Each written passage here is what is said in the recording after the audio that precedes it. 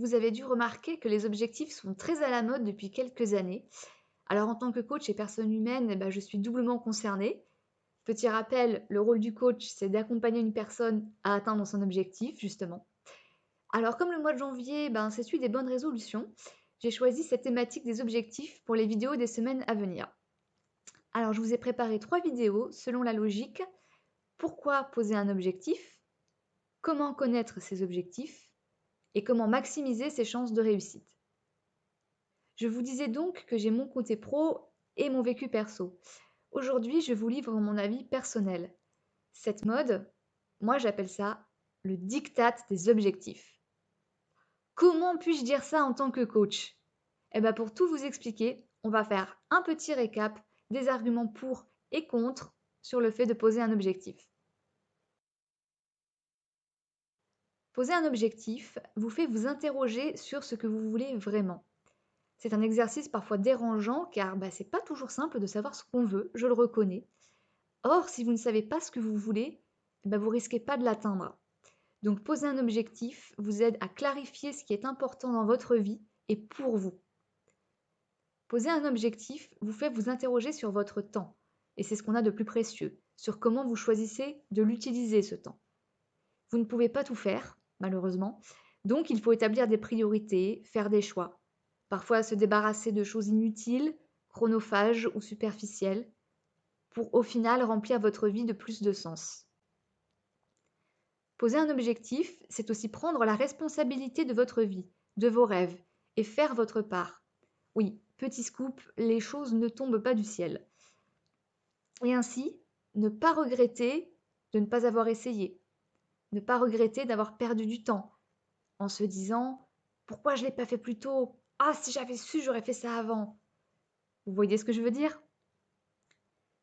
Poser un objectif nous pousse à agir. Et quand on agit pour son objectif, son rêve ou son ambition, ça crée un sentiment de tranquillité avec soi, qui est juste purement merveilleux et indescriptible. C'est comme si notre mental savait intuitivement, inconsciemment, que c'est par l'action, et obligatoirement par l'action, qu'on pourra réaliser l'objectif. On se sent alors aligné avec soi, nos pensées et nos paroles, où on dit ça c'est vraiment important pour moi, c'est aligné, cohérent avec nos actions. Et franchement, rien que pour ce sentiment, poser un objectif, ça en vaut vraiment la peine. Et d'ailleurs, à ce sujet, agir envers son objectif est une des clés du bonheur que l'on peut travailler en psychologie positive. Enfin, quand vous agissez pour votre objectif, vous progressez vers celui-ci. Et dans le meilleur des cas, vous l'atteignez. Ça augmente votre estime de vous, l'image que vous avez de vous et la valeur que vous vous donnez. Alors, en résumé, poser un objectif, ça vous permet de savoir ce que vous voulez, mieux vous connaître, optimiser votre temps, éviter les regrets, donner du sens à votre vie, augmenter votre estime de vous et être en paix avec vous-même. Quel beau programme, n'est-ce pas? Qui ne serait pas conquis?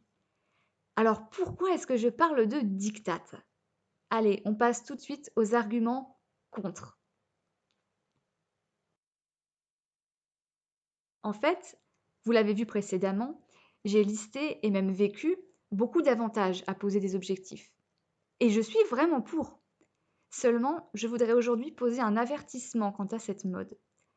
Un warning qui repose plutôt dans la manière d'aborder les objectifs, pas dans le fait d'en poser. Alors déjà, je voudrais préciser qu'il y a des personnes qui peuvent se sentir stressées par la définition d'un objectif, et d'autres stimulées. Donc c'est à chacun de voir et de positionner son curseur là où c'est juste pour lui ou pour elle. Premier warning, attention à ne pas poser trop d'objectifs à la fois, au risque de vous décourager et de tout lâcher. Mieux vaut un objectif atteint que 10 objectifs commencés et abandonnés en cours de route. Second warning, ne vous mettez pas de pression sur le délai. Oui, vous avez le droit de vous reposer, de ne pas être tout le temps productif en train d'agir pour vos objectifs. Il faut savoir couper, débrancher et se ressourcer. Et on termine par mon warning principal, où vous allez enfin comprendre pourquoi je parle de diktat. Il y a aussi les objectifs que vous pensez être les vôtres, mais qui peuvent vous être dictés, d'où le terme diktat, par la pression de la société ou par les tendances. Je vous donne quelques exemples. Être marié à 30 ans, avoir des enfants, 2 de préférence bien sûr, être mince, réussir sa vie avec un beau métier, avec un beau salaire, devenir propriétaire. Ça vous parle? Ce que j'ai envie de vous dire, c'est peu importe la mode, les tendances ou ce que font la majorité des gens. Écoutez-vous, la seule personne qui sait de quoi vous rêvez, ce qui est important pour vous et ce qui vous ferait du bien, c'est vous. C'est votre vie dont il s'agit et vous seul allez la vivre. Et quand viendra la fin, vous regarderez en arrière pour faire le bilan. S'il ne vous plaît pas, ça sera trop tard. Et là, ce ne sont pas la majorité des gens ou les modes du moment qui vous apaiseront. Au passage, quand on dit la majorité, ça signifie bien que ce n'est pas la totalité des gens. Il y a toujours des gens qui font différemment des modes, des tendances, des courants. Alors pour conclure, les objectifs, oui, mais en conscience, en accord avec vous et sans pression. Et c'est même une des clés du bien-être validée par la psychologie positive que je fais travailler dans mon accompagnement Je souris.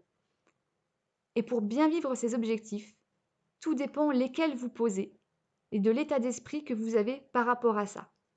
J'approfondirai ça dans la 3e vidéo de cette série. Et vous, en ce début d'année, quel objectif est le plus important pour vous? Lequel souhaitez-vous poser?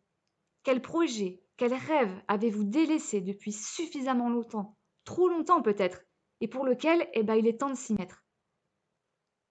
Mais peut-être que vous ne savez pas ce que vous voulez vraiment faire avec votre vie. Dans la prochaine vidéo, je vous donnerai plein d'astuces pour révéler vos rêves et vos ambitions.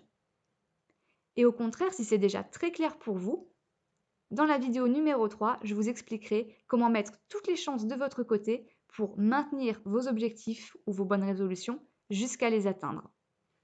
Et pour finir, si vous faites face à des obstacles ou des blocages divers et variés, ou que vous ne savez pas comment vous y prendre concrètement pour atteindre votre objectif, vous pouvez me contacter et je serai ravie de pouvoir vous coacher pour faire tomber ces murs et établir votre plan d'action précis, concret et personnalisé. Si vous avez aimé cette vidéo, n'hésitez pas à liker, à commenter, à partager et à vous abonner ou à revenir sur mon site pour voir la prochaine vidéo sur comment connaître ses objectifs. À bientôt!